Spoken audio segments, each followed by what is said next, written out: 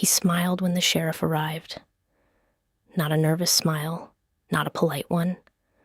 The kind of smile that says, "I planned this, and you're too late." I saw it through the glass panel beside the front door, a flash of teeth, the tilt of his chin, like he was greeting a camera instead of a law enforcement officer. Like he'd been practicing that face for days, waiting for the moment the world would finally prove him right. Outside, the morning looked normal. Too normal. Sunlight poured over the quiet cul-de-sac in Maple Glen, a suburb outside Denver, where people watered their lawns like it was a religion and waved with their whole arm when they backed out of their driveways. A neighbor's wind chimes clicked softly in the breeze. Somewhere down the street, a dog barked twice, then stopped. Like even the animals knew this wasn't a day for noise. Inside my house, the coffee maker was still warm. My mug was half full, and my hands were shaking so hard I could hear my wedding ring tap the ceramic like a tiny warning bell. The doorbell camera alert had popped up on my phone at 9:07 a.m. Motion detected. I had been standing in the kitchen, barefoot, hair clipped up, wearing the old gray sweatshirt I slept in when my mind wouldn't turn off. I remember thinking it was probably the mail carrier or the neighbor kid delivering flyers for his school fundraiser. Then I looked at the screen.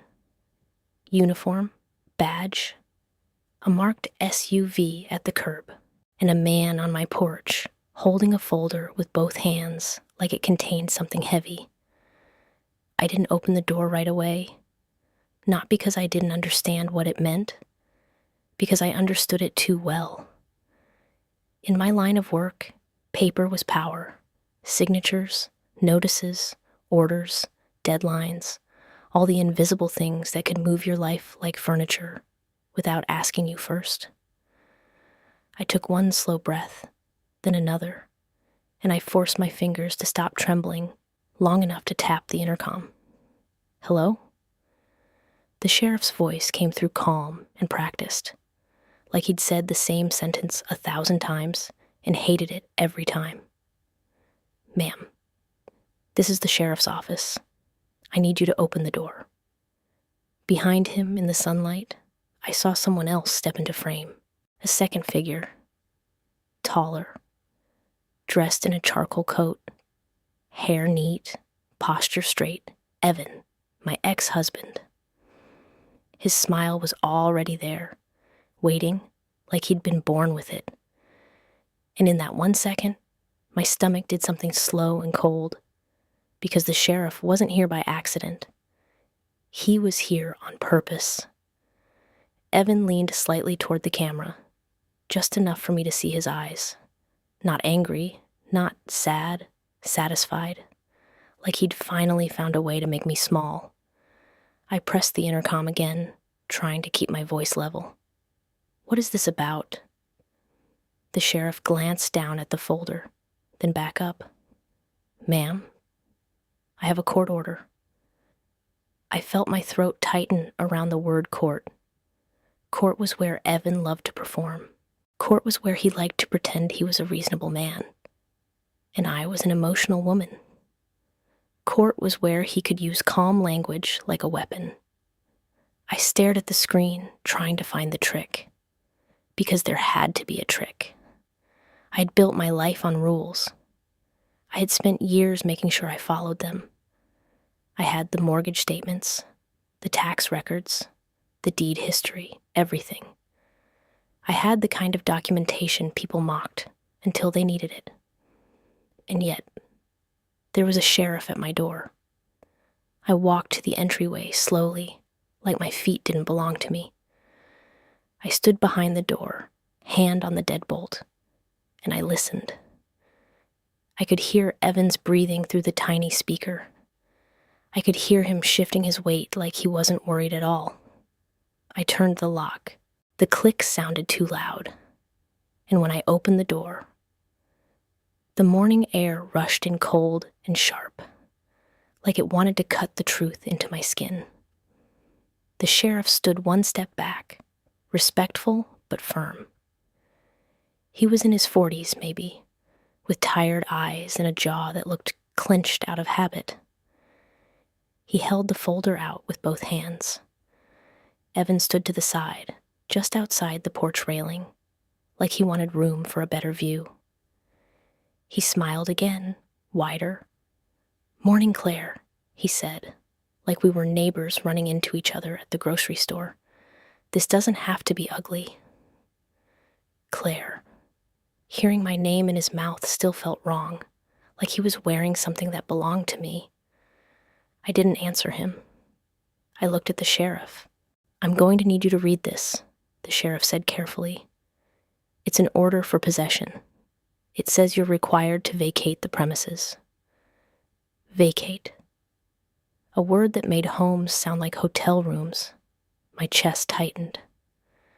"This is my house," I said, and my voice came out steadier than I expected. "I own it." Evan let out a soft laugh. The kind people do when they're pretending they didn't just insult you. "She thinks she owns it," he said to the sheriff, like I wasn't standing there. "It's okay. She's been having a hard time accepting reality." The sheriff didn't smile back. He looked at me, not unkindly. "Ma'am, I'm not here to debate. I'm here to serve the order. If you have questions, you need to contact your attorney." I took the folder with both hands. The paper inside was crisp, official, stamped. It was titled, "Order for Writ of Restitution."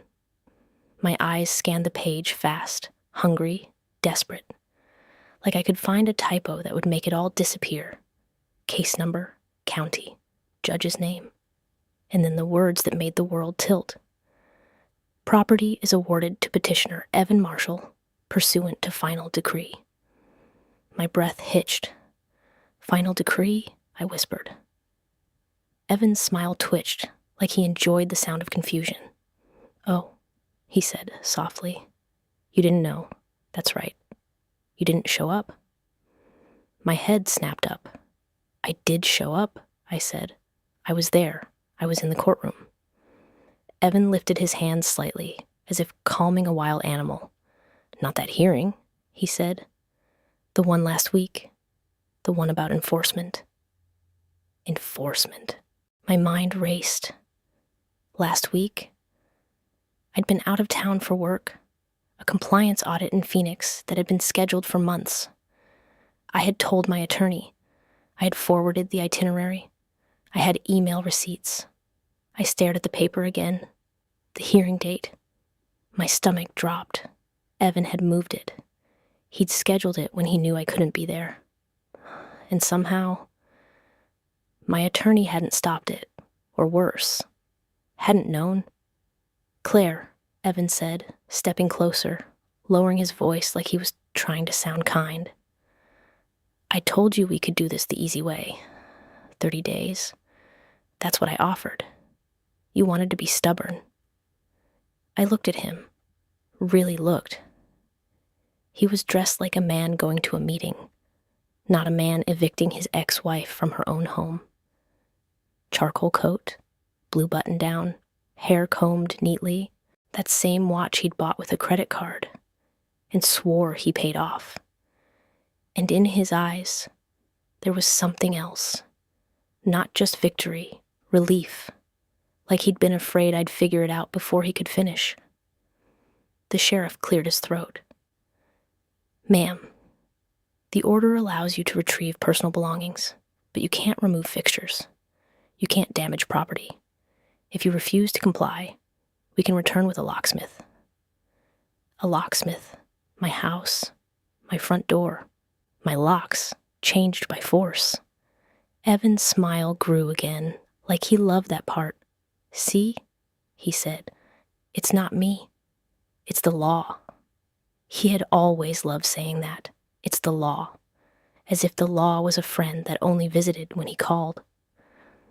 I stared at the paper until the letters blurred. Then something in me, the part that used to collapse, went still.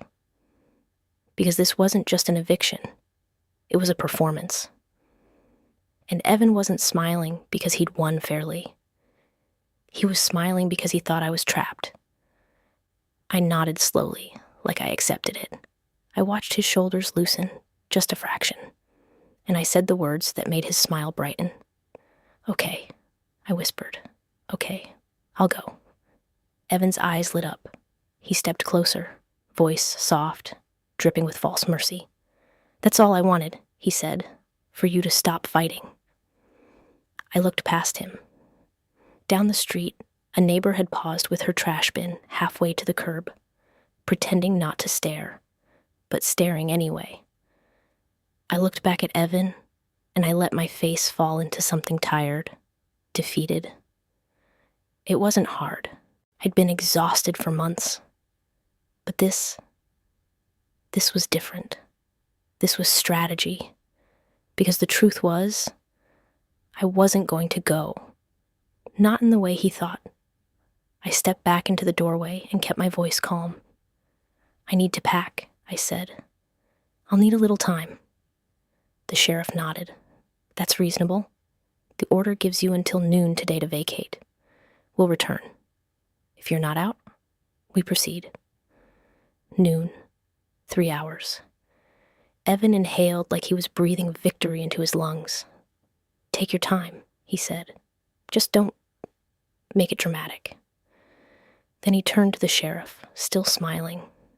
"Thank you," he said, like the sheriff had done him a favor. The sheriff didn't answer. He just stepped off my porch, got into his SUV, and drove away. Evan stayed. Of course he did. He leaned against the porch post, folding his arms like he owned the view. "You know," he said casually, "I always wondered how long it would take you to finally lose." I didn't respond. I walked back inside and closed the door slowly. I didn't slam it. I didn't cry. I didn't shout. Because Evan wanted that. He wanted noise. He wanted proof that I was unstable. I stood him outside, whistling softly, like a man waiting for a pizza delivery. I walked into the kitchen and set the folder on the table.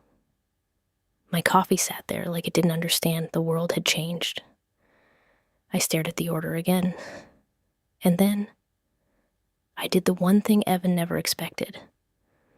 I opened my laptop, not to beg, not to plead, to verify, because paper could be forged, orders could be misfiled, and enforcement hearings could be full of errors. I logged into the county records portal with shaking fingers. I searched the case number. It loaded slow, like it was enjoying the suspense. And then the docket appeared. Hearing held, order granted, writ issued. The entries were real, or at least officially real. My chest tightened again, but I forced myself to breathe. Claire, think like you do at work. In my job, when something didn't make sense, I didn't panic. I traced the money. I traced the signatures. I traced the timeline. So I pulled up the final divorce decree, the one signed months ago. The one Evan had told everyone proved he got the house. I scrolled. I knew the pages by memory at this point. Property division, debt allocation, occupancy, the clause. The clause Evan never read properly because he was too busy celebrating. I found it exactly where it always was. A single paragraph buried under legal language, and it made my pulse slow. Petitioner shall be awarded title subject to existing encumbrances. Respondent shall retain exclusive occupancy until petitioner satisfies the home equity offset by payment in full or refinancing within 180 days. Exclusive occupancy until he paid or refinanced 180 days. Evan had bragged about winning the deed, but he never paid the offset because he couldn't. That was why he'd been so desperate. That was why he'd tried to scare me out instead. So how did he get an order to remove me when the decree protected my occupancy? My fingers moved fast. I pulled the enforcement motion filed last month, and my stomach dropped so hard it felt like falling downstairs. Attached exhibit, a proof of payment, a document that looked like a wire confirmation, Evan's name, a bank letterhead, a transaction amount that matched the offset, and a date, 3 weeks ago. My quiet kitchen suddenly sounded too loud. The refrigerator hum, the clock, my own breathing. Because if that payment was real, then the occupancy clause was over. He could enforce possession. He could evict me. He could lock me out, legally. And Evan was smiling because he knew I didn't have time to stop it. But something about the exhibit felt wrong. Not just emotionally, technically, because the letterhead looked like a copy of a copy, and the transaction code had too many digits. And the bank name wasn't one I recognized from any of Evan's accounts. I stared at it until my eyes hurt. Then I did what I always did when a document didn't feel right. I checked the source. I called the number listed on the wire confirmation. A recorded voice answered. "Thank you for calling. Please leave your message. No bank greeting, no menu, no compliance disclosure, just a generic voicemail." My skin went cold. It wasn't a bank. It was a burner line. Evan hadn't paid. He'd faked the proof. And the court had believed it, because I wasn't there to challenge it. And my attorney either missed it or never saw it. A sharp, hot feeling rose in my chest. Not panic, not fear, anger. Clean and clear. I grabbed my phone and called my attorney's office. Straight to voicemail. I called again. Voicemail. I texted. No response. I stared at the screen for one long second. Then I did something else Evan didn't expect. I called the courthouse clerk. It rang twice before a woman answered with a tired voice. "Civil Division. How can I help you?" "My name is Claire Bennett," I said quickly. "I'm calling about case number," I read it out. "I need to verify an exhibit on a recent enforcement motion. The proof of payment." There was a pause. Keyboard clicks. She said. "Yes, I see it." "Can you tell me what bank it's from?" I asked. She read it. My stomach tightened. It was the bank name on the exhibit, a name that sounded real, but wasn't connected to anything Evan had ever used. "Do you have a contact number for that bank on file?" I asked. "I can't give legal advice," she said automatically. "I'm not asking for advice," I said. "I'm asking for the public filing data, the bank information included in the exhibit." Another pause. Then she read the routing number, and my anger sharpened into focus, because that routing number, I had seen it before, not in Evan's life, in my work. 2 years ago, one of my clients had been flagged for a suspicious wire using the same routing number, and we discovered it belonged to a small institution that had been dissolved. A routing number that should not be active. A routing number scammers loved because it looked legitimate to people who didn't check deeply. My voice stayed calm, but my hand tightened around the phone. "Thank you," I said. "One more question. Is the judge's order based solely on that exhibit?" "I can't interpret the judge," she said carefully. "Was there any verification entered?" I asked. "Any confirmation from a bank?" More clicks. "I don't see anything," she admitted. "Just the exhibit and the affidavit from the petitioner." Affidavit. Evan had sworn under oath he paid. He had lied to a judge. And he had smiled when the sheriff arrived, because he thought lies were enough. My eyes drifted toward the front window. Evan's silhouette moved outside, pacing slowly on my porch, like a man enjoying a last sunrise. And then I smiled, not because it was funny, because it was finally clear. Evan wasn't winning with truth. He was winning with speed. So I changed the game. I opened my contacts and called someone I hadn't spoken to in years. My old supervisor from the compliance unit, the woman who taught me that I didn't know, was never a defense. She answered on the second ring. "Claire?" "Marisol," I said, voice steady. "I need a favor. Fast." Silence for half a beat. Then, "What happened?" "A fraudulent wire confirmation has been filed in court," I said. "It's being used to evict me from my home today. I need verification, and I need it in writing." Marisol didn't ask if I was exaggerating. She didn't tell me to calm down. She said, "Send it. Now." I forwarded the exhibit PDF. My hands moved like muscle memory. Within 2 minutes, she texted back. "That routing number is inactive. Institution dissolved in 2019. This is fake. 2 minutes." That was the difference between a woman who understood documents and a man who relied on intimidation. I swallowed, throat tight. "Can you put that on letterhead?" I asked. Marisol's reply came instantly. "Give me 10 minutes." Evan thought I had 3 hours to pack. I had 10 minutes to build a weapon made of truth. While I waited, I called the sheriff's office non-emergency line. A dispatcher answered. I gave my name and explained calmly. "There's an eviction order being served today at my address," I said. "I believe the order was obtained using fraudulent documents. I need to speak to the deputy assigned to my case." The dispatcher asked for my address, the case number, the deputy's name. I gave everything. I listened to her typing. Then she said, "Hold." The line went quiet. My heartbeat thudded. I imagined Evan outside, still smiling, still thinking I was folding clothes. I glanced at the clock. 9:23 a.m.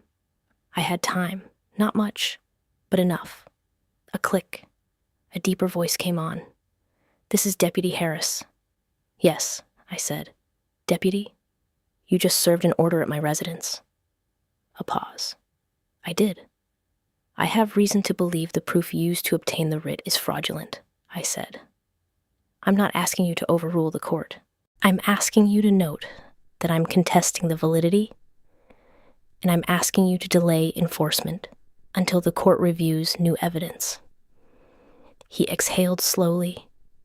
"Ma'am, once we serve the order, we have to follow it." "I understand," I said. "But deputies also have discretion when there is evidence of fraud.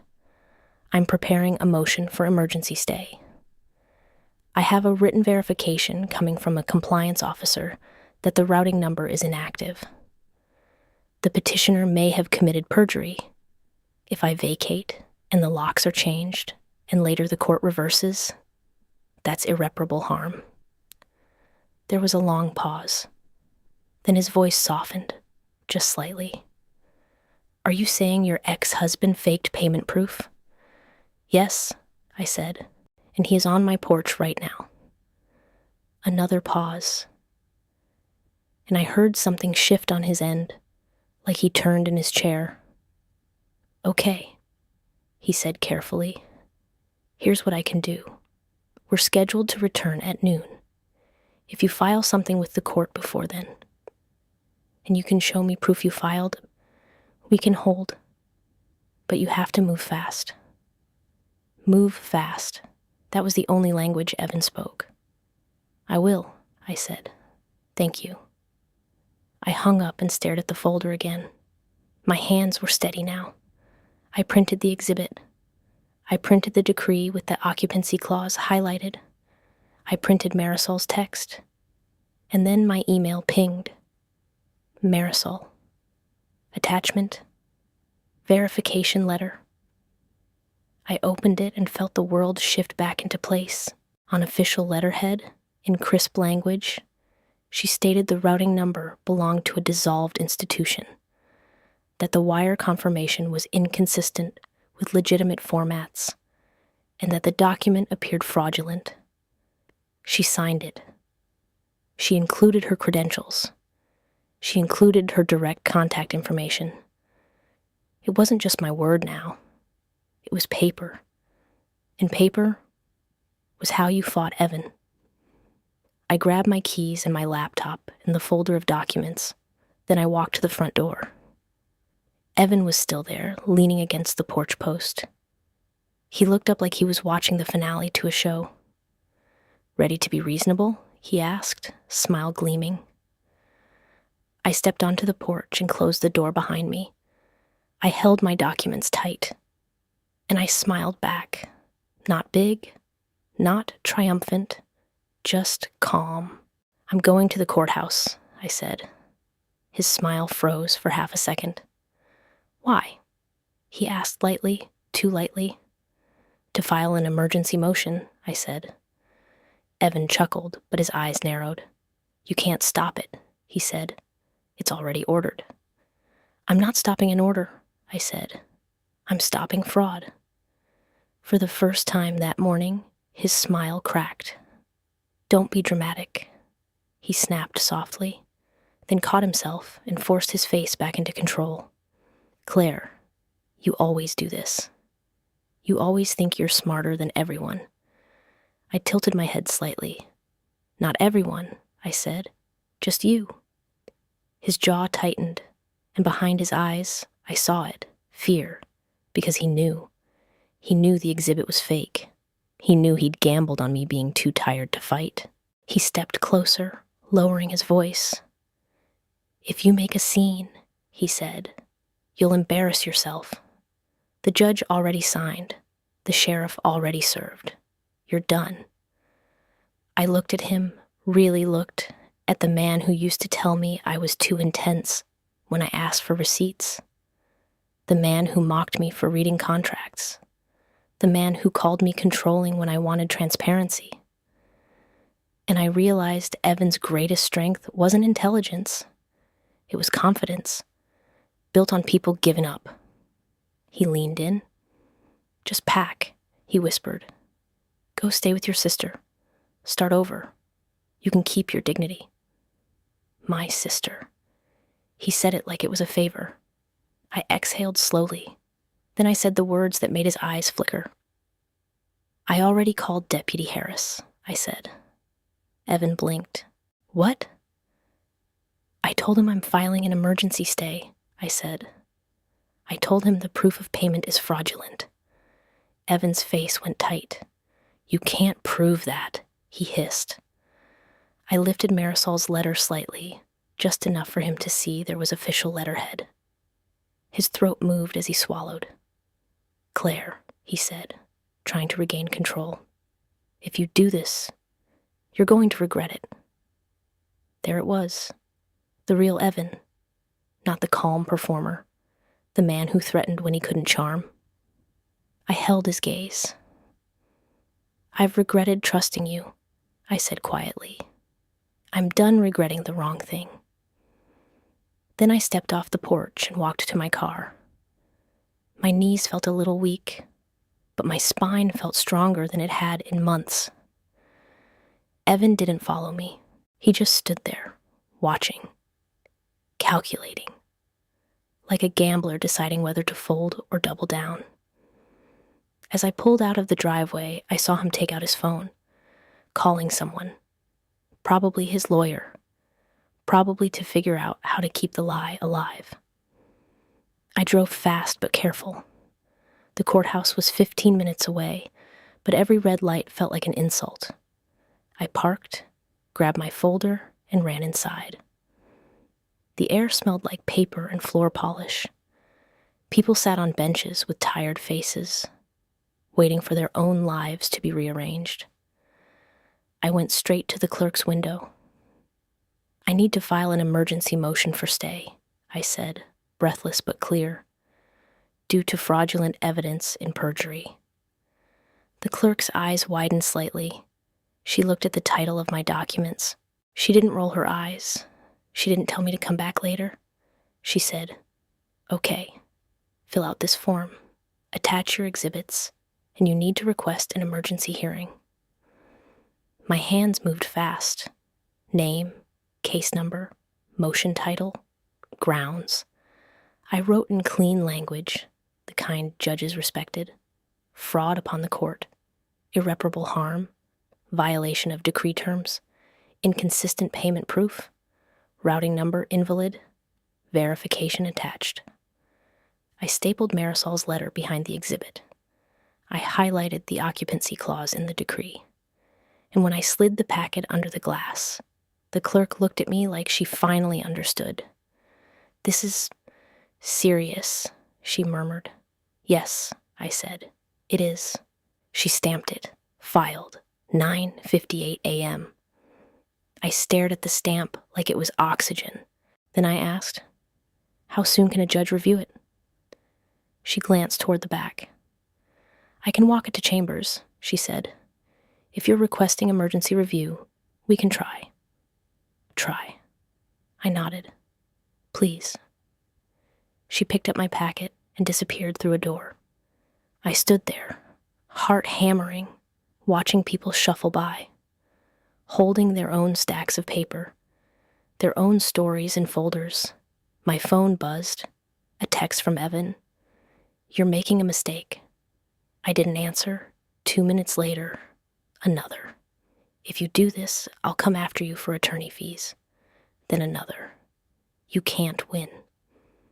Each text was shorter, sharper, less controlled, because he was unraveling. At 10:17 a.m., the clerk returned. Her expression had changed. "Ma'am," she said quietly, "the judge wants to see you." My stomach clenched. "Now," I whispered. She nodded. I followed her down a hallway that smelled like old books and tension. We stopped outside a door with a brass nameplate. The clerk knocked once. A voice called, "Send her in." I stepped inside.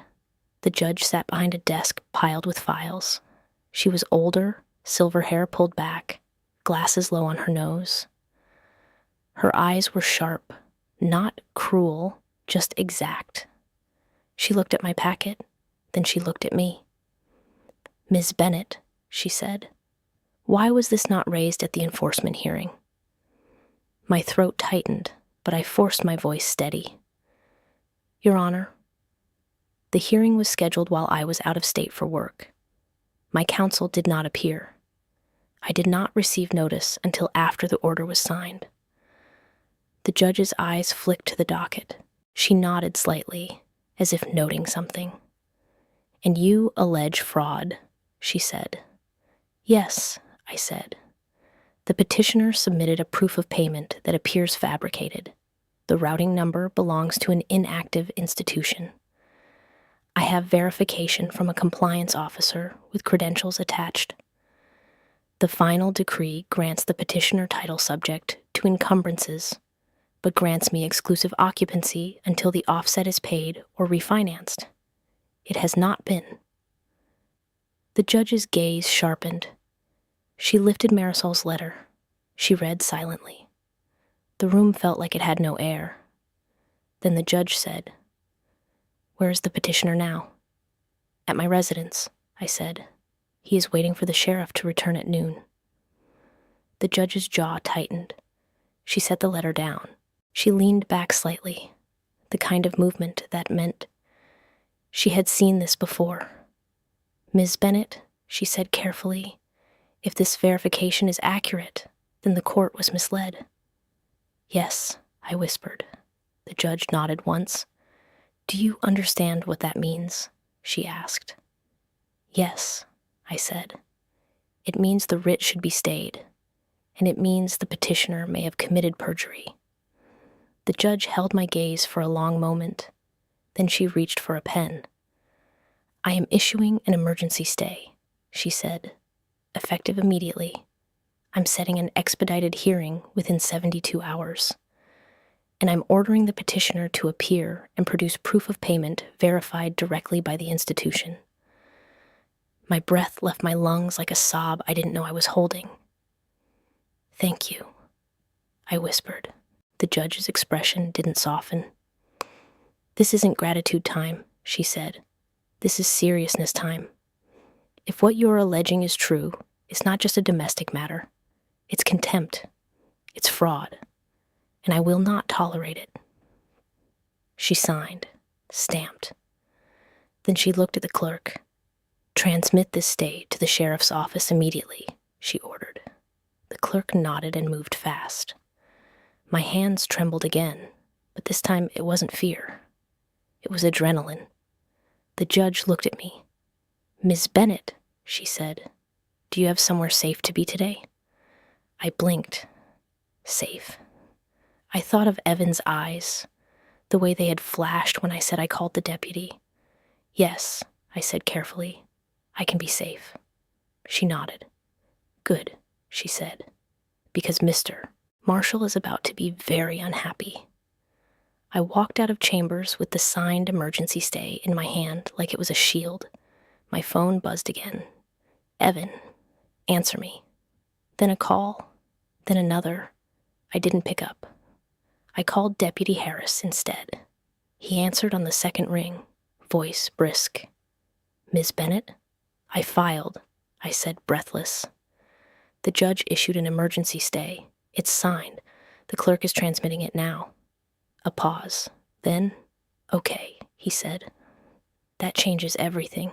Do not vacate. We will not enforce the writ until further notice. I exhaled hard. Thank you, I whispered. His voice softened. Ma'am, for what it's worth, I'm glad you moved fast.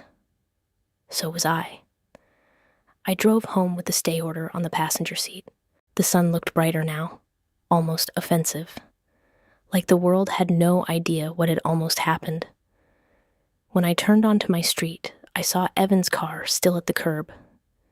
He was standing on my porch again, but he wasn't whistling now.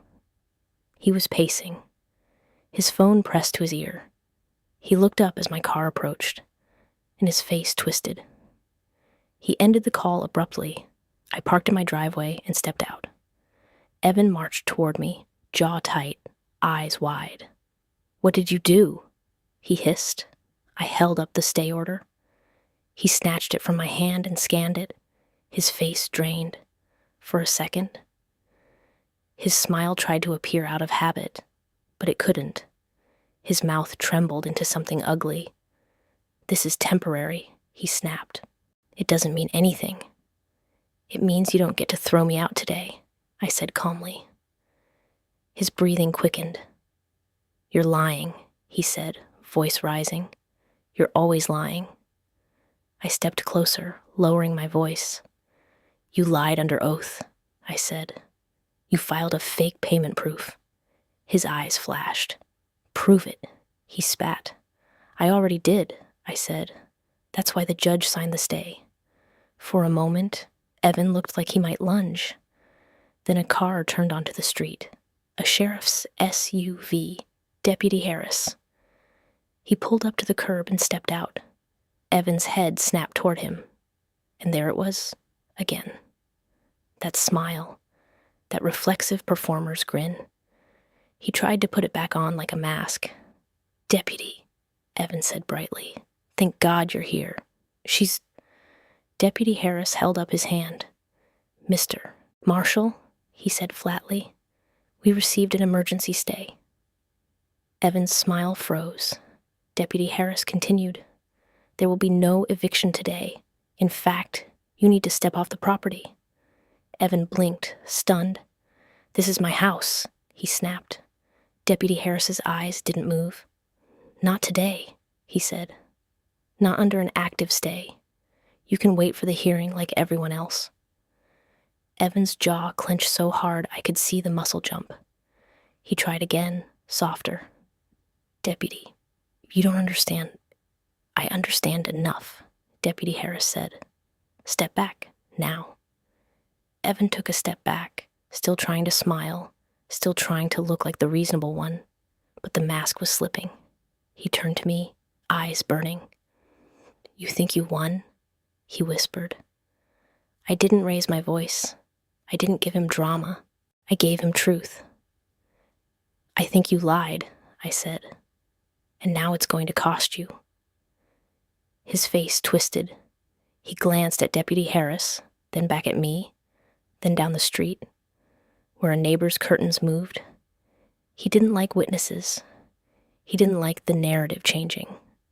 So he did the only thing he could. He spat out a bitter laugh. "Fine," he snapped. "Keep your stupid house today. I'll take it next week." Then he turned sharply and walked to his car, slamming the door hard enough to make birds burst from a nearby tree. He drove off too fast. Deputy Harris watched him leave. Then he looked at me. "Ma'am," he said, "do you want to report the suspected fraud formally? We can document your statement." "Yes," I said immediately. "I do." He nodded. "Okay," he said. "Let's start."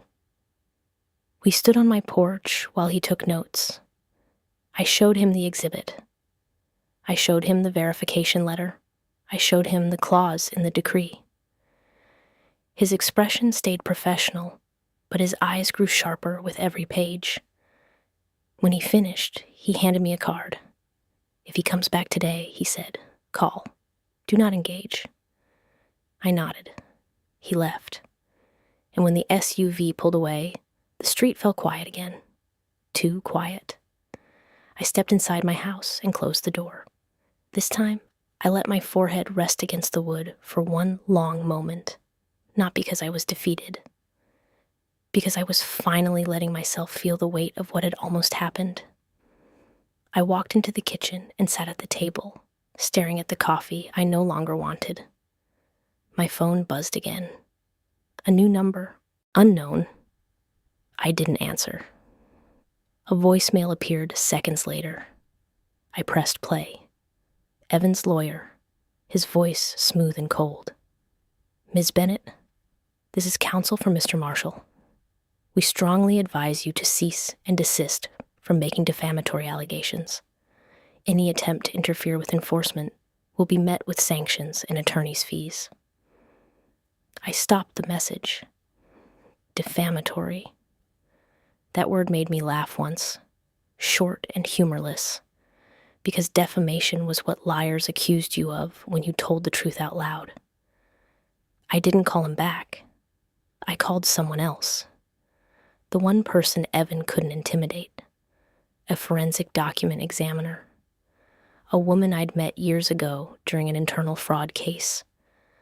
Her name was Dr. Nia Salazar. She answered with a clipped, confident voice. "This is Salazar." "Nia," I said. "It's Claire Bennett. I need a rush review on a document filed in court. Wire confirmation. It's urgent." A pause. Then, "Send it." I emailed the exhibit, and while she worked, I opened my own files, because Evan's fake wire wasn't just about the eviction. It was about something bigger. If he had faked payment proof, he had a reason. He needed the court to believe money moved. He needed a paper trail that looked clean, which meant he was trying to cover a different trail. I pulled up my credit reports, soft check, no impact. And there it was. A new inquiry, a lender I didn't recognize, dated 3 weeks ago, the same week as the fake wire. My stomach tightened. I clicked deeper. A loan application. In process. Under my name. With my social security number. For a home equity line of credit. Against my house. My hands went cold. He wasn't just trying to evict me.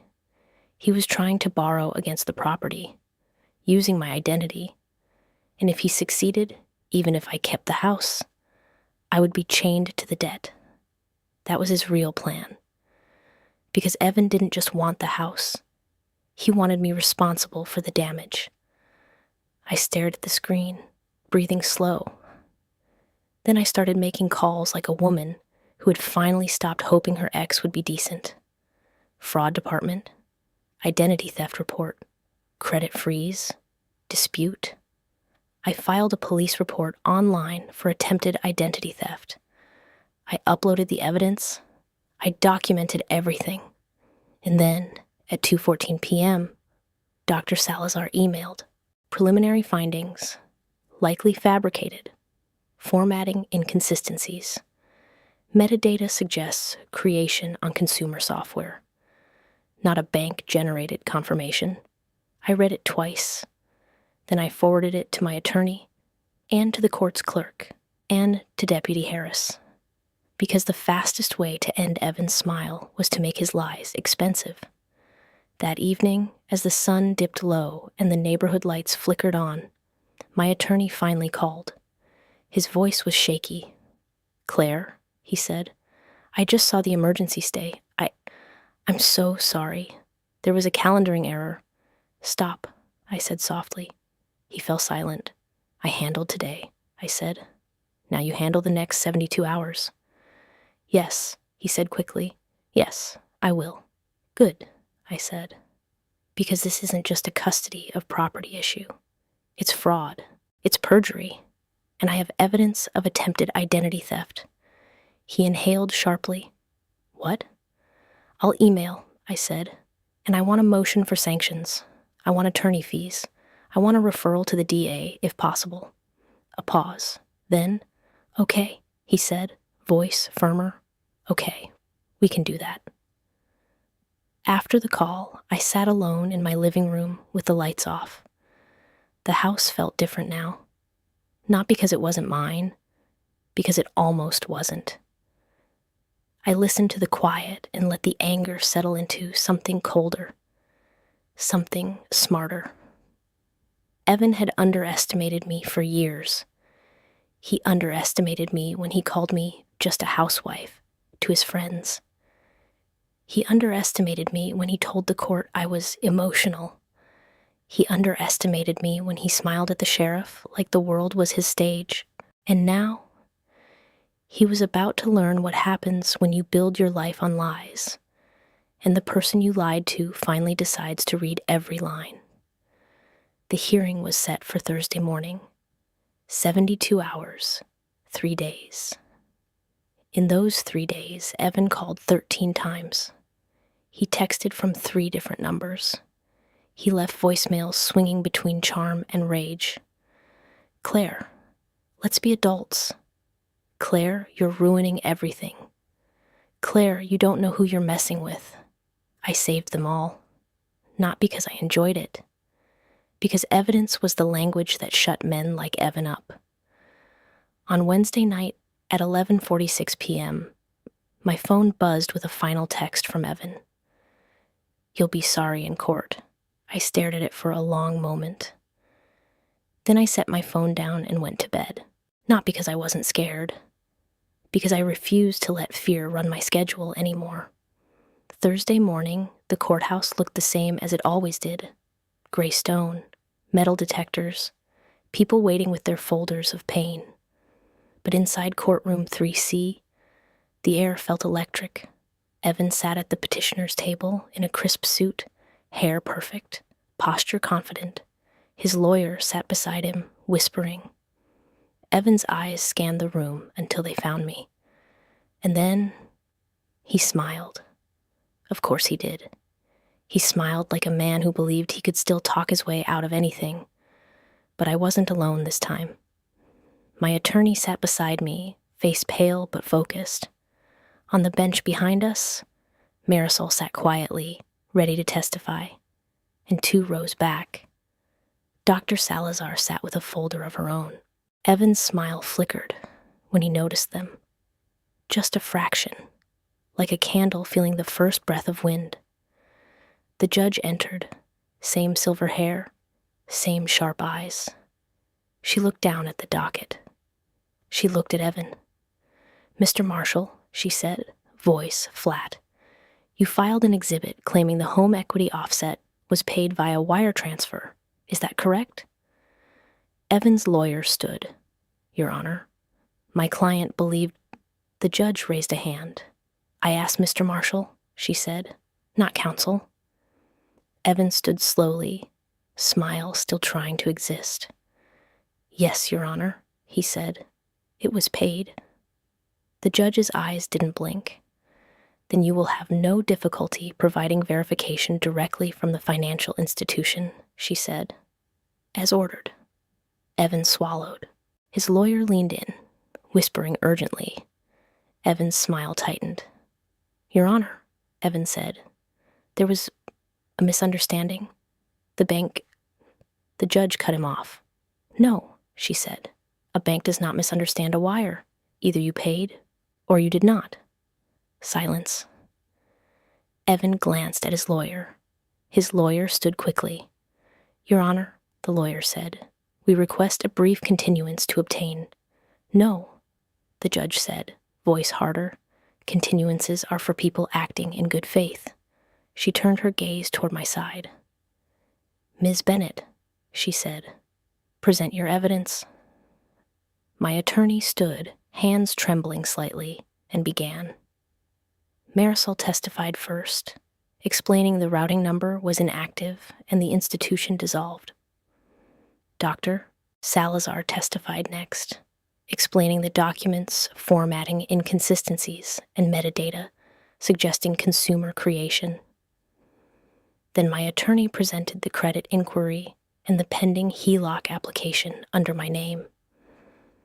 The courtroom got very quiet. Even Evan's lawyer stopped moving. The judge's jaw tightened as she read the application.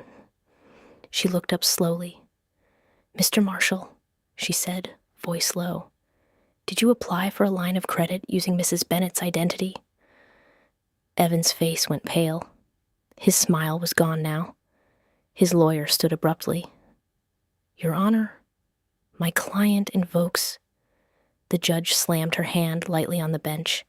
"Sit down," she snapped. "This is a civil courtroom, but I am not blind." Evan's eyes darted. For the first time, he looked like a man who understood he wasn't in control. The judge's voice turned icy. "Mr. Marshall," she said, "you submitted what appears to be fabricated evidence to this court. You swore under oath it was true. And now there is credible evidence you attempted to obtain credit under the respondent's name against the very property you sought to seize." Evan's throat moved. His lawyer whispered furiously. Evan didn't speak. The judge leaned forward. "I am vacating the writ," she said. "I am ordering sanctions and attorney fees payable to Ms. Bennett. I am referring this matter to the district attorney for investigation of perjury and fraud." Evan's head snapped up. "Your Honor," he started. The judge's eyes burned. "Do not speak," she said. "You have spoken enough." The gavel hit once, a sound like finality. Evan sat down hard. His lawyer looked like he wanted to disappear. And in that moment, the power in the room shifted so completely, I could almost hear it. Because Evan had come to court expecting applause, and instead, he got consequences. When we walked out of the courthouse, Evan didn't look at me. He didn't smile. He didn't perform. He moved like a man carrying a weight he'd never expected to feel. Marisol squeezed my shoulder once. "You did good," she murmured. I nodded, unable to speak. Outside, the sun was bright again. The same kind of bright that had made the eviction morning feel like a lie. But today, it didn't feel cruel. It felt honest. My attorney exhaled deeply. "I'll file for the fees immediately," he said. "And the order? Claire, it's strong. He's in trouble." I nodded. Then, as I turned toward my car, I saw Evan standing near the steps, alone, phone in hand. He looked up. For a second, our eyes met. There was no smile, just a quiet, stunned emptiness, like he was finally seeing me clearly for the first time. Not as his wife, not as his opponent, as the person who had outlasted him. He opened his mouth like he wanted to say something, an apology, a threat, something, but nothing came out. He just stared, and I realized the sheriff arriving had never been the real moment. The real moment was now, when the man who smiled at power finally understood. Power wasn't a sheriff on a porch. Power was a woman who refused to be rushed by lies. I got into my car and sat for a long second, hands on the steering wheel, breathing slow. My phone buzzed, a notification from the credit bureau. Freeze confirmed. Another buzz. A message from Deputy Harris. DA, referral received. Contact forthcoming. I stared at the screen, feeling something I hadn't felt in a long time. Safety.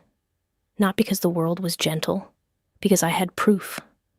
I drove home, and when I pulled into my driveway, the house looked the same as it always had. White trim, flower beds I planted myself, windows that caught the afternoon light. But it felt different. It felt claimed. Not by paperwork Evan tried to twist, by the truth I refused to surrender. I walked up my steps and paused at the front door. I placed my palm on the wood, and for the first time in months, I smiled. Not because I'd won the house, because I'd won back the part of myself Evan tried to evict. And if he ever tried to smile at the sheriff again, he'd remember the day his smile became evidence, and how quickly a courtroom can turn a performance into a record. That night, I didn't celebrate. I didn't call friends with a victory laugh. I didn't pour wine. I didn't post anything. I didn't even exhale the way people do when they think the danger is over. Because I knew Evan. Men like him don't stop when they lose. They stop when they can't keep pretending they're right. And the moment the judge said referral, the moment the words perjury and fraud floated into the air like smoke, I watched something change behind Evan's eyes. He didn't look defeated. He looked offended, like consequences were something that happened to other people. I locked my doors twice that night, not because I thought he'd kick them in, because I didn't trust what he'd do when he couldn't win with charm. I slept in short pieces, 10 minutes, 20. My mind kept replaying his smile on the porch, and then the way it vanished in court, like a light switching off. At 2:38 a.m., my phone buzzed. A single email notification, no subject line, from an address I didn't recognize. I stared at it for a long moment before I tapped it. Like touching it might make it real. Inside was one sentence. You think you're safe because a judge signed a piece of paper. My blood cooled. No name, no signature, just a threat disguised as confidence. I didn't respond. I forwarded it to my attorney, then to Deputy Harris, then to myself. 3 copies, 3 timestamps. Because paranoia wasn't paranoia when you just watched your ex fake a wire to steal your home. Then I did something else. I opened a brand new notebook and wrote a single line on the first page. Evan moves in patterns. Because that was the only way to stay ahead of him now. Patterns. You don't beat a liar by reacting to the lie you can see.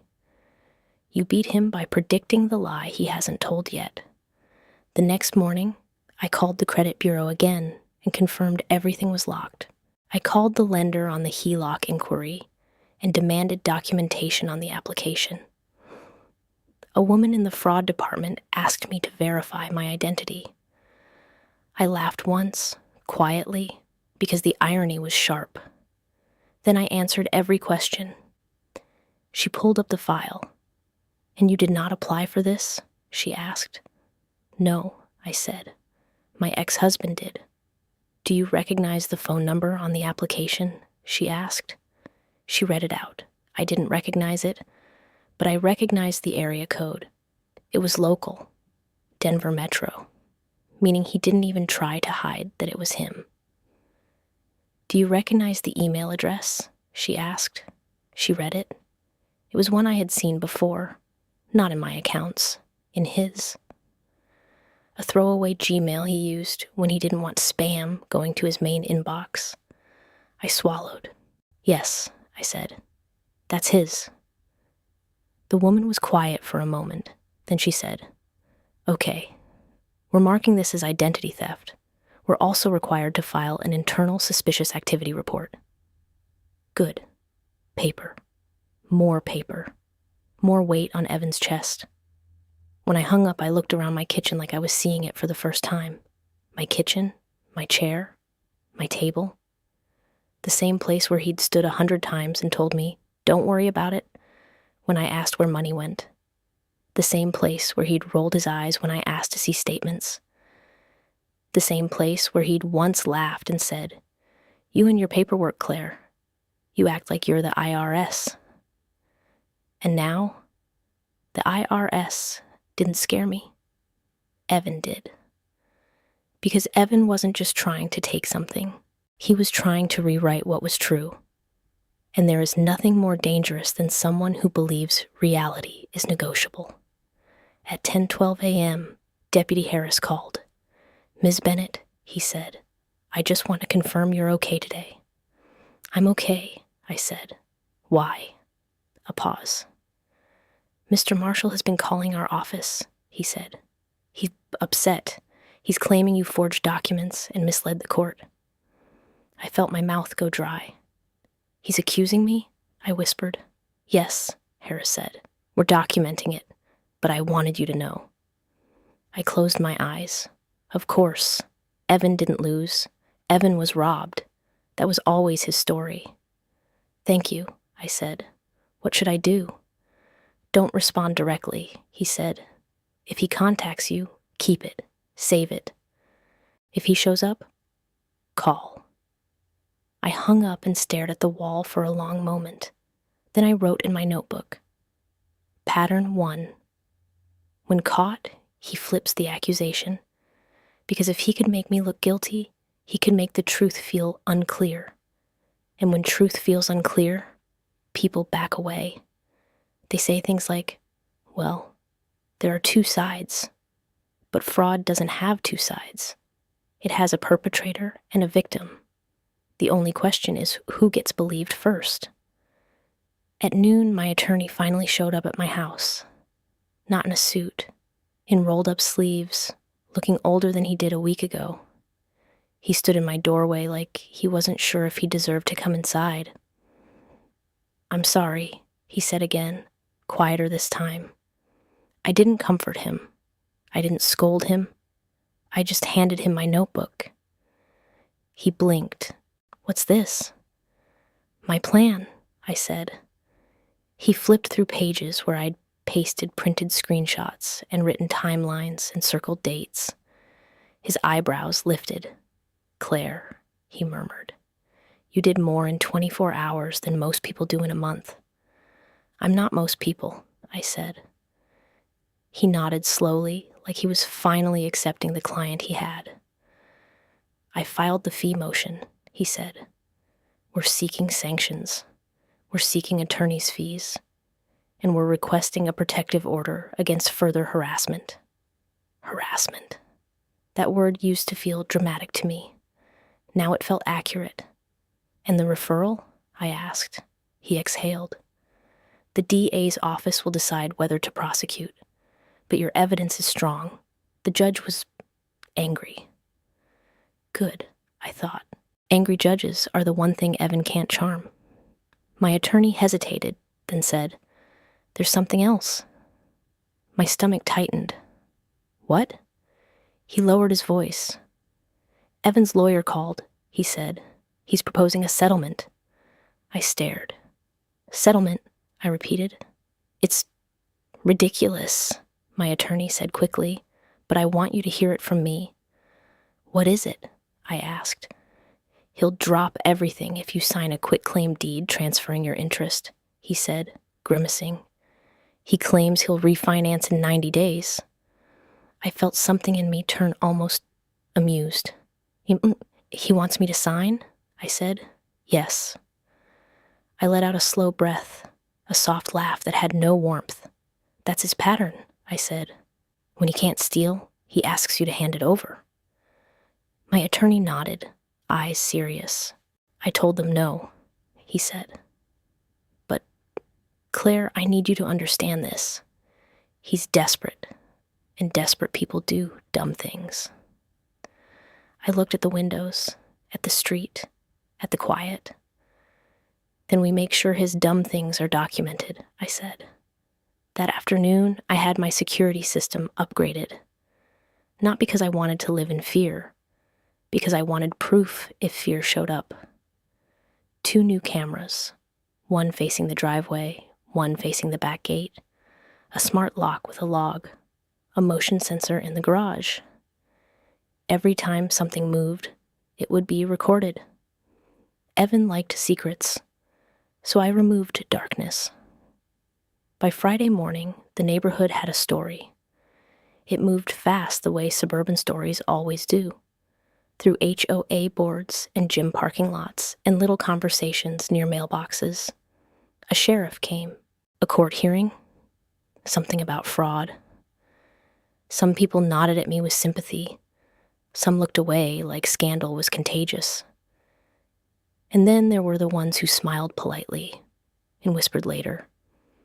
I didn't care, because for the first time, I wasn't trying to be liked. I was trying to be safe. At 3:06 p.m. on Friday, my doorbell camera caught movement again. Motion detected. I glanced down at the notification, and my throat tightened. Evan. No sheriff this time. No folder. Just him. Standing there like he belonged again. I didn't open the door. I didn't speak through the intercom. I watched. He knocked once, then twice. Then he leaned close to the camera, like he wanted to make sure I saw his face. His smile came back, smaller, tighter, like a blade. He held something up to the camera, an envelope. Then he slid it under my door and walked away without looking back. I waited until his car was gone before I picked it up. The envelope was unsealed. Inside was a single sheet of paper, a notice of default. My name at the top, my address, a loan number I didn't recognize, and the words that made my skin go cold. Final demand before foreclosure proceedings. I stared. It was typed to look official, but something was off. The fonts, the spacing, the weird phrasing. It felt like a scam letter. Except it was about my house. My heart thudded. Not because I believed it, because I understood what Evan was doing. Fear. Even when he couldn't win, he wanted me shaking. I grabbed my laptop and searched the loan number. Nothing. I searched the company name. A website appeared, but it looked cheap. Empty. Like it had been built yesterday. I clicked the contact page. The phone number. Local area code. Again. Evan wasn't hiding. He was performing. He wanted me to call, to panic, to give him the satisfaction of hearing my voice crack. Instead, I did what I always did. I traced the source. I pulled up the domain registration info. And there it was. Registered 3 days ago. Owner. Privacy protected. But the registration email was a familiar throwaway format. My stomach tightened. I took screenshots. I printed them.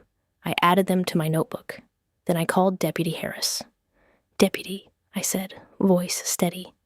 Evan just delivered a fake foreclosure notice to my door. Silence. Then Harris said, Do you have it? Yes. Don't touch it more than you have to, he said. Put it in a bag. We'll send someone. Within an hour, a deputy arrived and collected it like it was evidence, because it was. And as the deputy walked back to his car, he glanced at me and said quietly, Ma'am, he's digging himself deeper. Good, I thought. Let him dig. By Monday, the DA's investigator called. Her name was Kendra Shaw. Her voice was calm, sharp. "Ms. Bennett," she said, "I'm reviewing the referral. I need you to answer a few questions." I sat at my kitchen table with my notebook open. "Yes," I said. She asked about Evan's access to my identity information, my social security, my passwords, my signatures. She asked about the wire exhibit, who created it, when I first saw it. She asked about the HELOC inquiry and the fake foreclosure notice. And when I finished answering, she was quiet for a moment. Then she said, "Ms. Bennett, do you believe Mr. Marshall is financially desperate?" I stared at my coffee, untouched. "Yes," I said. "I believe he's cornered." "And what does he do when he's cornered?" she asked. I thought of his smile, then his threats, then his fake paper. "Anything," I said. Kendra Shaw exhaled. "Okay," she said. "I'm going to be direct. If he continues contacting you, it strengthens the case. Do not engage. Document, and if he shows up, call law enforcement." I nodded. "Understood," I said. When the call ended, I stared at the quiet kitchen again. This was the part no one tells you about winning. Winning doesn't end the fight. Winning changes the fight. Because when someone like Evan can't control the house, he tries to control your peace. That evening, my attorney called again. "There's a hearing date," he said. "For the sanctions motion, 2 weeks." 2 weeks, long enough for Evan to get creative. I wrote in my notebook, "Pattern 2. When he loses legally, he attacks emotionally. Pattern 3. When he loses emotionally, he attacks financially." And then, on Wednesday morning, my neighbor, Mrs. Daly, knocked on my door. I opened it cautiously. She held a small package. "This was delivered to my house," she said. "But I think it's for you." My stomach tightened. I took it. No return address. My name written in block letters. I didn't bring it inside. I set it on the porch and called Deputy Harris. He arrived and opened it with gloves. Inside was nothing dangerous, just a stack of printed photos. Me. Walking to my car. Me at the courthouse steps. Me unloading groceries. Someone had been watching. The photos were recent. The angles were wrong. The kind you take when you're hiding behind something. At the bottom of the stack was a note. "You can't watch your house all the time." My skin went cold. Deputy Harris looked at me, eyes hard. "Do you know who took these?" he asked. I stared at the photos, breathing slow. "Yes," I said softly, "or someone he paid." Harris nodded. "We're escalating," he said. That night, I didn't sit in the dark. I didn't pretend it wasn't happening. I called a private security consultant recommended by Marisol, an ex-cop named Troy Hensley, who specialized in stalking and domestic intimidation cases. He came the next day, walked my property, checked camera angles, checked blind spots. Then he looked at me and said, "He's trying to make you feel hunted." "Yes," I said. He nodded. "We're going to reverse it." "Reverse it?" I asked. He smiled slightly. "We're going to make him feel visible." Visible. That word hit something in me. Because Evan thrived in shadows. He thrived in half-truths and whispered doubt. So we made a plan. Legal plan. Security plan. Financial plan. And the centerpiece of it was the one thing Evan couldn't fake. A clean, verified title history. Because here was the truth Evan didn't know I knew. The house wasn't just mine emotionally. It was mine structurally. Years ago, when I refinanced, my name stayed, and I added a protective rider based on my premarital asset contribution, something my lender offered because of my high equity stake and the source of funds documentation I provided. It wasn't common, but it existed. A recorded rider that required dual-party verification for any future lien, refinance, or equity draw, which meant Evan could try to apply for a HELOC in my name, but the lender would hit a wall built with paperwork, a wall Evan didn't know was there. And once I proved he tried to get around it, the consequences wouldn't just be civil, they'd be criminal. On Thursday, Troy called me, and Claire, he said, "We found something." My stomach tightened. What? He lowered his voice. A car has been parked 2 streets over at night. Same make, same model, same tinted windows. We got the plate. My heart thudded. And? I asked. We ran it through a contact, he said. It's registered to a rental agency, cash rental, but the name on the reservation is connected to your ex. Connected, not directly, but close enough to smell like him. I stared at the wall. Okay, I said. What do we do? We keep collecting, Troy said, and we make sure law enforcement knows. He's building a pattern of intimidation. Pattern. Everything was patterns. Friday morning, I filed for a restraining order, not because I wanted drama, because I wanted a boundary with teeth. I attached the photos, the emails, the fake foreclosure notice, the texts, the repeated calls, the investigator's notes. And when the clerk stamped it filed, I felt something settle. Not relief, resolve. Because now, Evan had crossed a line that wasn't just about property. It was about control. And judges take control seriously when it comes wrapped in intimidation. The temporary order was granted the same day. No contact, no proximity, no third-party harassment. It wasn't forever. But it was a warning. A formal, court-stamped warning that Evan was not allowed to keep circling me like a shark. When the deputy served Evan the order, I didn't see it, but I heard about it from Troy. He watched from a distance. He told me Evan's face went stiff. He told me Evan tried to smile. He told me Evan's lawyer tried to talk. And then he told me the deputy's words. Sir, if you violate this, you will be arrested. Arrested. That word doesn't care about charisma. That word doesn't care about performance. That word is a hard edge. That night, I sat in my living room with the restraining order copy on the coffee table. My house was quiet again.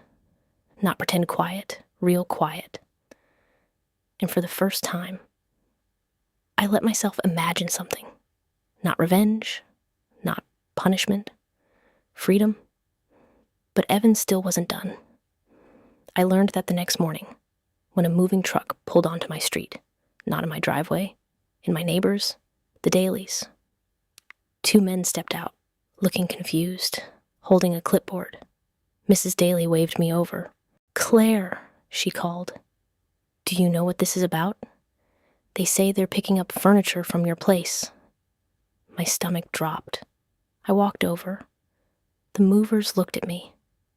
Ma'am, one said, we got an order. Pick up at this address. Paid in advance. He showed me the invoice. My name was on it. My signature, printed, not real. And the destination address? Evan's new apartment. I stared at the paper. He wasn't allowed near me, so he tried to steal through other people. He tried to make strangers carry my belongings out like it was normal. Mrs. Daly's eyes widened. Is that... It's fraud, I said calmly. Again. I turned to the movers. Do not enter my property, I said. This order's fake. I'm calling the police. The movers backed up immediately, faces pale. We didn't know, one said quickly. I believe you, I said, but leave. As they climbed back into the truck, my phone buzzed. A blocked number. I didn't answer. It buzzed again. Voicemail? I pressed play. Evan's voice, soft, smiling. Claire, you're making this so much harder than it has to be. I stopped it. Then I did something I'd been waiting to do. I emailed the DA investigator, Kendra Shaw, with one subject line: new incident, fraudulent moving order, and I attached everything: invoice, signature, truck company name, driver statement, timestamp, security camera footage, because Evan wanted chaos. But chaos becomes evidence when you document it. By Tuesday, Kendra Shaw called again. Her voice was different now, less cautious, more certain. "Miss Bennett," she said, "we're opening a criminal investigation." My chest tightened. "Okay," I whispered. "We have enough to pursue," she said. "The wire exhibit, the HELOC attempt, the intimidation, the moving fraud. We're coordinating. Coordinating, meaning Evan's little performances were starting to stack into something heavier than his smile. After the call, I sat very still. A part of me wanted to cry, not because I was sad, because I was finally letting go of the fantasy that Evan would ever wake up and become decent. He wouldn't. So the only way out was through. And then, on the day of the restraining order hearing, Evan walked into court with that smile again. But it looked different now. Not confident, desperate, like he needed it to work because he had nothing else. He sat at the petitioner's table again, dressed sharp, eyes scanning for allies. His lawyer leaned in, whispering like a man trying to patch a sinking ship. The judge entered. Different judge this time, but the same cold seriousness. She read the file. She read the incidents. She looked up at Evan. "Mr. Marshall," she said, "do you understand why we're here?" Evan smiled. "Your Honor," he said smoothly, "this is all a misunderstanding. My ex-wife is emotional. Emotional." There it was, again, his favorite word. The judge didn't blink. "Mr. Marshall," she said, "your ex-wife has produced photographs of herself being surveilled. She's produced documented attempts at financial fraud. She has produced evidence of third-party harassment and false orders using her name. She has produced testimony from law enforcement." Evan's smile twitched. The judge continued, voice calm and lethal. "This is not emotional," she said. "This is a pattern. Pattern. My notebook word." The judge looked at Evan like he was something unpleasant. "I am granting a 1-year protective order," she said. "No contact, no proximity, no indirect harassment. Any violation will be treated as criminal contempt." Evan's smile died completely. His lawyer put a hand on his arm like a warning. Evan stared at me as we left the courtroom. His eyes were bright with fury. He mouthed something without sound. I didn't need to hear it. I already knew. "You think you're safe." He thought safety was something you begged for. He didn't understand. Safety was something you built. And that's when I made the final move. Not just to keep my house, but to take away the weapon he kept trying to sharpen. I filed a civil suit against Evan for fraud, malicious prosecution, and intentional infliction of emotional distress. My attorney nearly choked when I said it. "Claire," he whispered, "this is aggressive." I smiled slightly. "It's accurate," I said. Because Evan's favorite trick was to make you feel like defending yourself was too much. He wanted me quiet. He wanted me tired. He wanted me to accept. But now, every time he tried to hurt me, it became a new line item, a new exhibit, a new cost. And then came the twist Evan never saw coming. During discovery, we subpoenaed Evan's bank records for the alleged payment. And what came back wasn't just no wire. It was something worse. A string of cash deposits, multiple, under 10,000, structured, deposits that looked like someone trying not to trigger reporting. And the source? A business account tied to a property services company Evan had recently opened. A company that didn't exist 6 months ago. A company with no real clients. A company used as a funnel. For what? I stared at the documents as my attorney laid them out. "Claire," he said quietly, "this looks like money laundering." My mouth went dry, because suddenly, Evan wasn't just a petty liar trying to steal a house. He was a man hiding something bigger behind the house, and that's why he was so desperate. That's why he smiled at the sheriff, because he didn't just want my home. He wanted leverage. He wanted a place to park money, hide assets, borrow, shuffle, and pretend it wasn't his. And if I left, he could do it quietly. But I didn't leave. So now, the light was on, and Evan was standing in it. When the DA's office got those records, the case escalated fast. Not slow. Fast. Because fraud is one thing, but structured cash deposits and fake institutions, that gets attention. 1 month later, Deputy Harris called me again. This time, his voice was different, almost stunned. "Ms. Bennett," he said, "I wanted you to hear this from me. There's a warrant." My chest tightened. "A warrant?" I whispered. "Yes," he said, "for Mr. Marshall, for fraud-related charges, possibly more." I stared at my kitchen table, at my coffee, at the quiet, and I realized something. The sheriff arriving wasn't the moment Evan smiled because he'd won. It was the moment Evan smiled because he thought no one would ever look deeper. He thought the system was just paper.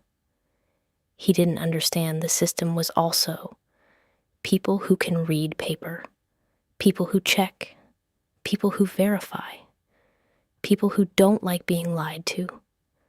That afternoon, I watched from my living room window as 2 unmarked cars pulled up outside Evan's apartment complex across town. Troy had gotten the address, because Troy was thorough. I didn't go there. I didn't need to. I didn't need to watch him fall. I just needed to know he couldn't reach me anymore. My phone buzzed once. A message from Kendra Shaw. Arrest made. No further contact expected. Will update. I set the phone down and stood in the quiet of my house. The kind of quiet that doesn't feel like waiting. The kind of quiet that feels like closure. And in that moment, I understood the real ending. Evan thought the house was the prize. But the house was never the prize. The prize was the power he thought the house gave him over me. And when I refused to be controlled, the house became just a building again.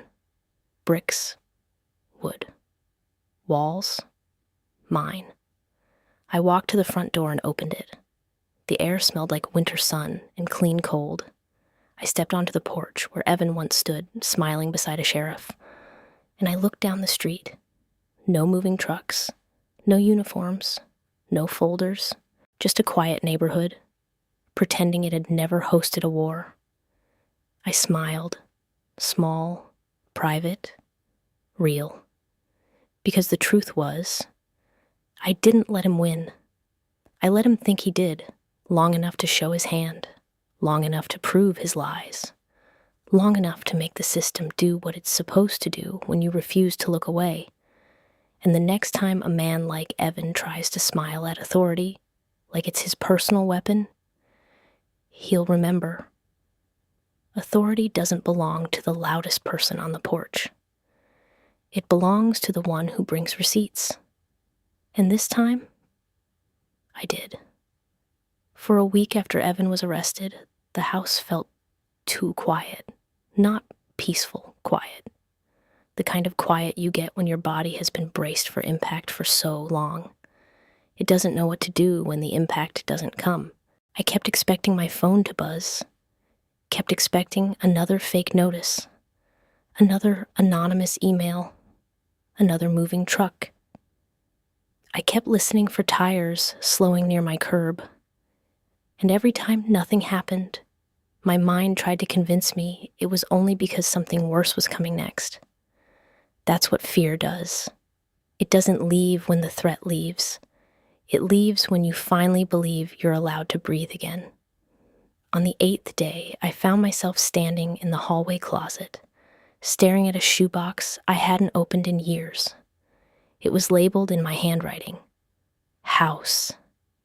Inside were old documents from before Evan even existed in my life. The first purchase agreement, the closing disclosure, the inspection report with the scribbled notes about the furnace and the roof line, the kind of boring paperwork you keep because you think it might matter someday. And then it does. At the bottom of the box, there was a photo. Me on the front porch, a decade younger, hair longer, smile bigger, a sold sign behind me. My hand on the door frame like I was touching something sacred. Back then, I didn't think a house could be a battleground. I thought a house was just a place where you came home. And I realized, sitting there on the floor with papers and dust on my hands, that Evan hadn't tried to steal a building. He tried to steal a version of me. The version that trusted. The version that softened. The version that believed love meant you didn't have to check the fine print. That version was gone, but what was left was stronger. 2 days later, Kendra Shaw called again.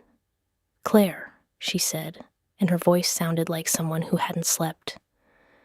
"We executed a search warrant on Mr. Marshall's devices." My stomach tightened. "Okay," I said carefully. "We found draft documents," she continued, "templates, wire confirmations, notices, and multiple versions of your signature." My skin went cold. Multiple versions, meaning he didn't just fake once, he practiced, like it was a skill. Kendra's voice stayed steady, but I heard something in it. Disgust. "He had a folder labeled House Strategy," she said. I closed my eyes. Of course he did. "What was in it?" I asked. Silence for a beat. "Notes," she said, "about timing hearings when you'd be out of town. Notes about using your work travel schedule. Notes about how to push you into leaving without force." My throat tightened. So he'd been watching me long before the photos, tracking me, studying me, planning. Kendra added, "We also found communications with a man who runs a document printing shop. He admits he printed the fake wire confirmation." I let out a breath I didn't know I was holding. "Thank you," I whispered, even though my voice shook. "Claire," she said softly, "I'm going to say this as clearly as I can. You did the right thing moving fast. If you had left that house, he would have done worse with it. Worse, meaning debt, meaning liens, meaning my name tied to crimes I didn't commit." When the call ended, I sat at my kitchen table and stared at the grain of the wood like it was the only steady thing in the world. Then my phone buzzed again. This time, it wasn't Evan. It was his mother, Linda Marshall. I hadn't heard her voice in months, not since she'd stood in my driveway the day Evan moved out, staring at my home like it was hers by inheritance. The voicemail notification sat there, blinking. I didn't want to listen, but I did, because sometimes you need to hear the last lies, so you can finally stop wondering if you were wrong. Linda's voice came through sweet and sharp. "Claire, it's Linda. I'm calling because this has all gone too far. Evan is a good man. He made mistakes because you pushed him. You always pushed. You always had to be right. You were never grateful. And now, you're trying to ruin his life. Call me back. We can fix this, if you stop." I stared at my phone with my mouth slightly open. Fix this. Like she was offering a repair, not an erasure. Like the fraud wasn't real if she didn't acknowledge it. I deleted the voicemail, not because it didn't matter, because it didn't deserve space. But Linda wasn't done. 2 days later, my attorney called. "Claire," he said, "Evan's counsel filed an emergency motion." My stomach tightened. "For what?" I asked. "He's requesting permission to liquidate marital assets to post bond," my attorney said. Bond. I felt my hands go cold. "And he's claiming the house is an asset he has a legal interest in," my attorney continued. "He's asking the court to compel sale, or compel you to refinance and pay him out." I went very still. "Pay him out?" I whispered. "Yes," he said, voice strained. "It's absurd, but we have to respond." I stared at the wall. Absurd was Evan's specialty. When he couldn't win the game, he turned the table over and claimed you cheated. "How can he claim that?" I asked. "After everything?" My attorney exhaled. "Because he's still trying to get leverage," he said. "And because there's one detail we need to address, the title." My chest tightened. "What about it?" I asked. He hesitated. "Evan's name is not on the deed," he said carefully. "But he claims he made improvements and paid expenses during the marriage. He's arguing for reimbursement." Reimbursement, a word that sounded reasonable on paper, until you remembered the paper was built on lies. "How much?" I asked. My attorney's voice went quiet. "He's asking for $180,000. I almost laughed, not because it was funny, because it was insane. Evan had never had that kind of money. He'd never saved that kind of money. He'd never even paid off his own credit cards. He was asking for a number that sounded like pain, a number designed to scare me. My mouth went dry. "Claire," my attorney said, "I don't want you to panic." "I'm not panicking," I said slowly. I opened my notebook. I wrote a new line. Pattern 4. When cornered, he invents a bill. My attorney continued. "We can counter with documentation. We can show your premarital funds, your payments, your renovations. But I need you to tell me something. Do you have records from before the marriage?" I stared at the shoebox in my closet. "I do," I said. "Good," he said. "Because this is where you end him." End him. The word sounded heavy. But what my attorney meant was I could end the story Evan kept trying to rewrite. That night, I pulled everything out. Every statement, every receipt, every photo of renovations with timestamps. I had documented the kitchen remodel years ago like a normal person showing off on social media. Now it was evidence. I had kept invoices from contractors. Now it was proof. I had email chains with lenders. Now it was leverage. I built a timeline, not emotional, not dramatic, clean. Dates, amounts, sources. And then I did something even better. I pulled Evan's tax returns from the years we were married, copies I kept because, again, I was the paperwork woman. His income didn't match his claims. His payments weren't there. His alleged improvements, not reflected. The math didn't math. And that's when I realized what Evan was really doing. He wasn't asking for reimbursement because he deserved it. He was asking because he needed money fast. He needed cash for legal defense. He needed something to bargain with. He needed to pressure me into a settlement. Because criminals don't look for truth. They look for exits. The hearing for his motion was set for Monday morning. When I walked into the courthouse, I didn't feel like I was walking into battle. I felt like I was walking into a closing argument that had been waiting for years. Evan entered from the side door with his lawyer. He looked thinner, His suit didn't fit the same. His hair was still neat, but it had that too neat look, like he'd done it in a rush, trying to feel normal. He saw me and tried to smile, but it came out wrong. A cracked version of the porch smile, a smile that had learned what consequences felt like, and hated it. The judge that day was different from the first one, but still sharp. She looked at Evan's motion. She looked at me. Then she looked back at Evan. "Mr. Marshall," she said, "you are asking this court to compel the respondent to pay you $180,000 related to a residence titled solely to the respondent and acquired prior to the marriage." Evan's lawyer stood. "Yes, Your Honor," he said. "My client contributed." The judge raised a hand. "I will hear evidence," she said. "Ms. Bennett?" My attorney stood. And this time, he didn't sound shaky. He sounded prepared. We presented exhibits: the premarital purchase, the refinance rider requiring dual-party verification, the exclusive occupancy clause, the receipts, the renovation invoices, the statements showing mortgage payments drawn from my account, the bank records, the timeline. And then my attorney presented Evan's own tax returns. The judge looked down, reading. The room held its breath. Evan's lawyer shifted. Evan stared straight ahead like the wall might save him. The judge looked up slowly.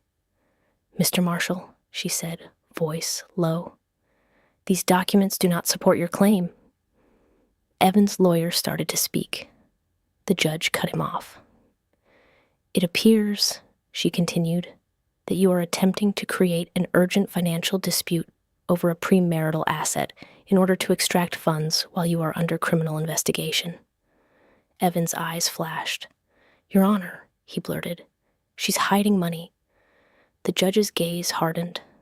"Mr. Marshall," she said, "stop." The courtroom went still. The judge continued, calm and deadly. "I am denying your motion," she said, "and I am awarding attorney's fees to Ms. Bennett for having to respond to what I consider a frivolous filing." Evan's face went pale. His smile disappeared completely. The judge leaned forward. "And," she added, "given your history of submitting questionable documents, I am warning you right now. If you file anything further without factual support, you will face sanctions." Sanctions. The word landed like a stone. Evan looked at his lawyer like he wanted someone to blame. His lawyer looked away. When we walked out, Evan didn't follow. He didn't speak. He didn't even try. And for the first time, I saw the truth. He wasn't powerful. He was loud. There's a difference. Loud fades when people stop listening. Power stays. 2 weeks later, I got a letter in the mail. Not a fake one, a real one, from the county. It was a confirmation that the fraudulent documents filed in my case had been flagged, marked, and preserved as part of an official investigation. I stared at it in my kitchen, fingers trembling slightly. Then I did something I hadn't done in a long time. I sat on my back step in the winter sun and drank coffee, slowly, without checking my phone every 5 seconds. The world didn't end. The sky didn't fall. No moving truck came. No sheriff arrived. Just quiet, real quiet. Then on a Tuesday morning, my phone buzzed with an unknown number. I stared at it. For a second, my body wanted to tense. Then I answered. "This is Claire," I said. A man's voice, professional. "Ms. Bennett, this is the district attorney's office. I'm calling to inform you. Formal charges have been filed against Evan Marshall." I closed my eyes. "Okay," I whispered. The man continued. "Identity theft, forgery, perjury, attempted financial fraud, and additional charges related to structured cash deposits are under review." Under review, meaning there was more, meaning the house was only the surface of what Evan had been hiding. When the call ended, I sat very still. I didn't feel triumph. I felt something quieter, like a door closing, not slammed, closed properly, latched, locked. Later that week, I saw Evan one last time, not in my driveway, not on my porch, in the hallway outside a courtroom. He was wearing civilian clothes, no suit, no performance. His hands were cuffed in front of him. 2 officers stood nearby. He looked up when he saw me, and for a split second, his old instinct tried to appear, that smile, but his mouth couldn't form it. His face twitched like he didn't recognize himself without it. He stared at me, eyes bloodshot, and then he whispered something so quiet I almost didn't hear it. "You think you're better than me." I looked at him, not with hate, not with pity, just clarity. "I think you lied," I said softly. And I didn't. Evan's jaw tightened. He swallowed hard. Then he said the last thing he had left. "This house should have been mine." I exhaled, and I answered, calm as paper. "It was never yours," I said. "You just wanted it to be." The officer guided him away. Evan didn't look back, and as he disappeared down the hallway, I felt the strangest thing. Not victory, release. Because I finally understood the lesson of all of it. The sheriff didn't protect me. The judge didn't save me. The system didn't rescue me like a movie.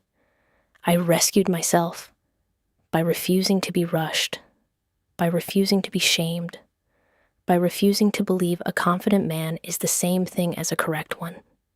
Back at home, I walked through each room slowly, not to check locks, not to search for threats, just to feel the space again. The hallway where I'd once stood listening to Evan brag on speakerphone. The kitchen table where I'd stared at fake documents until my eyes burned. The living room where I watched his smile crack in my memory again and again. I stopped at the front door and ran my fingers along the deadbolt. And then I did something symbolic. I replaced it. Not because it was broken, because it belonged to a chapter I wasn't living anymore. When the locksmith left, I stood on my porch for a long time. The same porch where Evan smiled when the sheriff arrived. The same porch where he thought authority was a weapon he could borrow. And I realized why that smile had haunted me. It wasn't because it was cruel. It was because it was certain. That terrifying certainty. The certainty that says, I can do whatever I want and you can't stop me. But certainty isn't truth. It's just confidence. And confidence collapses the moment someone checks. So if you're listening to this and you've ever had someone try to scare you into silence, if you've ever had someone try to rush you out of what's yours, if you've ever been told you're too emotional just because you asked for proof, here's what I learned. Slow down. Document. Verify. Bring receipts. Because the moment you stop reacting to their performance and start answering with evidence, their smile stops being power and starts being a mistake they made on camera. And that was my real win. Not that I kept the house, that I kept myself. Because I didn't let him take my home. I let him think he was winning long enough to show everyone exactly who he was.